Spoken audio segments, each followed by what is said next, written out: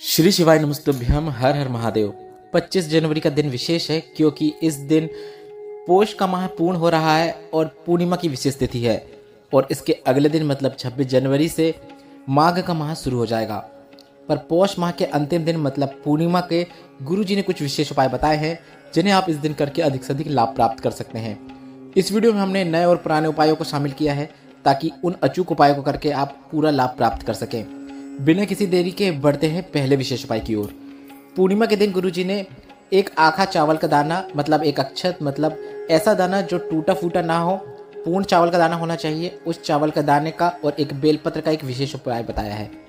गुरुजी ने कहा सबसे पहले आपको एक चावल का दाना शिवलिंग पे अर्पित करना है और चावल के दाना को अर्पित करने के बाद उसके ऊपर आपको श्री शिवाय नमस्तुभ्यम या फिर नमः शिवाय या फिर ओम नमः शिवाय बोलते हुए एक बेलपत्र को अर्पित कर देना है।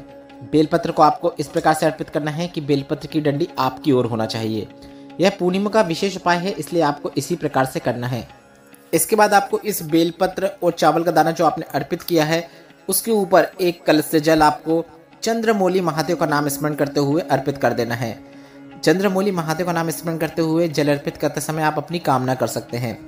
इसके बाद कलश का जल पूरा अर्पित कर दीजिए और जलाधारी से आ रहे नीचे जल का थोड़ा सा भाग आपको प्राप्त कर लेना है। अपने कलश में थोड़ा सा जल का भाग प्राप्त कीजिए, उसे अपने नैनों से लगाते हुए घर आ जाइए। गुरुजी ने इस उपाय के अंतर्गत यह कहा है कि अगली पूर्णिमा के अंतर्गत आपकी जो कामना है वह पूर्ण होती हुई आपको नजर आने लगेगी। यह पूर्णिमा का एक विशेष उपाय है जिसे आप इस दिन करके 25 जनवरी के दिन करके अधिक से अधिक लाभ प्राप्त कर सकते हैं। पूर्णिमा का एक और विशेष उपाय की जानकारी देते हुए गुरुजी ने बताया था कि आप चंद्रेश्वर महादेव का नाम स्मरण करते हुए एक कलश के अंदर आपको जल भर लेना है। जल से भरे हुए कलश के अंदर आपको 5 बेलपत्र रखनी है। इसके बाद उसके अंदर आपको एक कमल गट्टा डाल देना है और चंद्रेश्वर महादेव का नाम लेते हुए जल शिवलिंग पे अर्पित कर देना है। इसके बाद आपको कामना भोलेनाथ से कर लेना है, बस इतना ही करना होता है।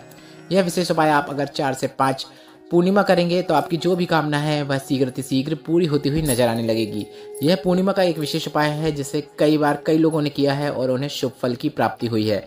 अब बढ़ते हैं गुरुजी के बताए कुछ नए उपायों की ओर। अभी हाल ही में पूर्ण हुई शिव महापुराण कथा में गुरुजी ने रोग मुक्ति के लिए शिवलिंग पर एक विशेष तरीके से जल अर्पित करने को कहा है। गुरुजी ने कहा आप हमेशा पहले जल अर्पित कर देते हैं, उसके बाद बेलपत्र अर्पित करते हैं। यह अन्य कारणों से अर्पित की जा सकती है, पर अगर आप रोग मुक्ति के लिए, बीमारियों को दूर करने के लिए बेलपत्र को शिवलिंग पे अर्पित करना चाहते हैं, जल अर्पित करना चाहते हैं, तो उसके लिए सबसे पहले आपको बेलपत्र को शिवलिंग पे अर्पित करना है। बेलपत्र को भी आपको शिवलिंग पे इस प्रकार से अर्पित करना है कि बेलपत्र की डंडी जलाधारी की ओर हो, जैसा कि आप वीडियो के माध्यम से भी देखकर समझ सकते हैं। और यह उपाय करते समय आपको उत्तरमुखी होना है, मतलब आपका मुख जो है वह उत्तर दिशा की ओर होना चाहिए, जैसा कि आपको वीडियो में भी दिख रहा है। बेलपत्र अर्पित करते समय आपको कुंदकेश्वर महादेव का नाम स्मरण करना है और आपने जो जल कलश में जल लाए हैं उस जल को आपको कुंदकेश्वर महादेव का नाम ही स्मरण करते हुए पूरा जल शिवलिंग के ऊपर अर्पित कर देना है। पूरा जल अर्पित करने के बाद जलाधारी से नीचे गिर रहे जल का थोड़ा सा भाग आपको प्राप्त कर लेना है और प्राप्त किए हुए जल का आचमन उस व्यक्ति को जिसे दवाइयाँ नहीं लग रही हैं, दवाइयाँ कार्य नहीं कर रही हैं, कुंदकेश्वर महादेव का नाम लेते हुए उसे आचमन करा देना है। बस इतना ही करना होता है। यह विशेष उपाय आप रोज कर सकते हैं, पर पूर्णिमा जैसे विशेष अवसर में करके अधिक से अधिक लाभ प्राप्त कर सकते हैं। बढ़ते हैं हाल ही में पूर्ण हुई 40 गांव की श्री राम शिव महापुराण कथा में गुरुजी का बताया एक विशेष धन प्राप्ति, कर्जा मुक्ति, लक्ष्मी प्राप्ति वाले विशेष उपाय की ओर। गुरुजी ने कहा अगर आप बेलपत्र की बीच वाली पत्ती को छोड़कर बची हुई दोनों पत्तियों को पकड़ते हुए बेलपत्र को शिवलिंग पर अर्पित करते हैं तो ऐसा आप धन प्राप्ति के लिए करते हैं, पर आपको विशेष तरीके से करना है। आपको माता लक्ष्मी, कुबेर और कुबेर भंडारी का नाम स्मरण करते हुए बेलपत्र को शिवलिंग के ऊपर अर्पित कर देना है।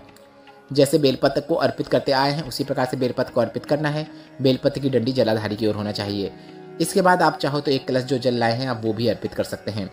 यह धन प्राप्ति का एक विशेष तरीका है जिसे आप पूर्णिमा के दिन करके अधिक से अधिक धन प्राप्ति के योग बना सकते हैं। इस वीडियो से संबंधित अगर अभी भी आपके मन में कोई प्रश्न है तो प्रश्न आप कमेंट बॉक्स के जरिए पूछ सकते हैं। मेरे द्वारा दी गई जानकारी अगर आपको थोड़ी सी भी उपयोगी लगी हो तो वीडियो को लाइक करके कमेंट बॉक्स में हर हर महादेव जरूर टाइप कीजिएगा। श्री शिवाय नमस्तुभ्यम। हर हर महादेव।